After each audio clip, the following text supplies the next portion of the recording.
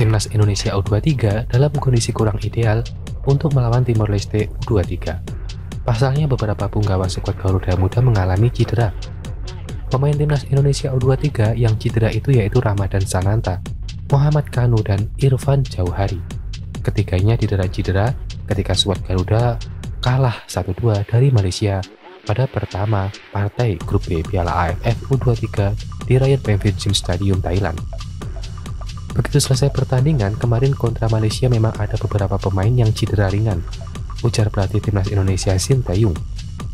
Timnas Indonesia U23 akan menghadapi partai hidup mati di grup B Piala AFF U23 2023 kontra Timor Leste.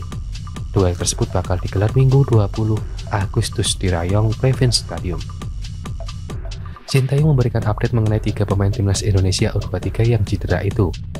Ramadan Sananta dan Muhammad Kanu kemungkinan bisa tampil untuk melawan Timor Leste. Tapi, Irfan Jauhari terancam absen. Winger Persis Solo itu harus mendapat pemeriksaan lebih lanjut terkait cederanya. Untuk Sananta tidak cedera parah atau serius, jadi tidak ada masalah untuk pertandingan melawan Malaysia. Kanu pun sama, maksudnya tidak ada cedera riwayat sebelum itu, tidak masalah untuk bertanding. Untuk Jauhari yang mungkin harus diobservasi lebih. Sepertinya perlu ada diberikan istirahat selama beberapa pekan, imbuh Sintayong. Timnas Indonesia U23 berada di ujung tanduk akibat takluk dari Malaysia. Laju skuad Garuda Muda terancam terhenti lebih awal di babak penyisihan.